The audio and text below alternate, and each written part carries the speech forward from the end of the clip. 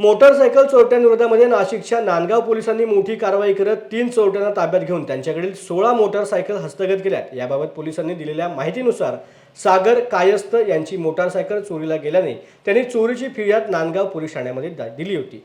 त्यानुसार पोलिसांनी एक पथक तयार करून गोपनीय माहितीच्या आधारे सापळा रचत अंकुश दादासाहेब गायकवाड, पवन शंकर अहिरे आणि हर्षल मनोहर गवारी यांना ताब्यात घेतले। यांनी कसून चौकशी केली असता त्यांनी मोटारसायकल चोरल्याची कबुली दिली। सदर चोरट्यांकडून पोलिसांनी 16 मोटारसायकल हस्तगत केले।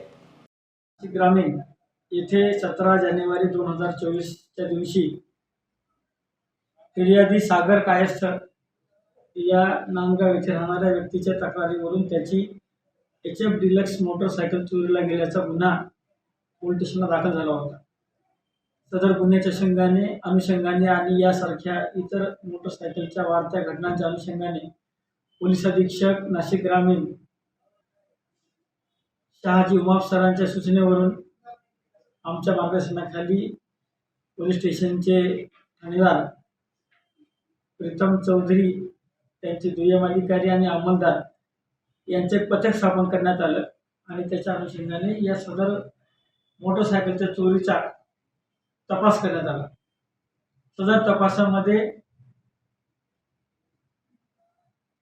नांदूर तालुका नांदगाव येथील एका युवकावर आम्हाला माहिती मिळाली होती।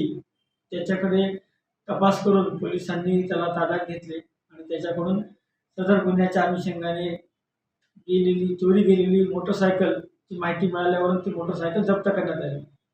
या आरोपीकडे अधिकची माहिती तपास केला असता अधिकची माहिती अशी मिळाली की अजून 2 आरोपी याच्यामध्ये त्याच्यासोबत सहभागी आहे।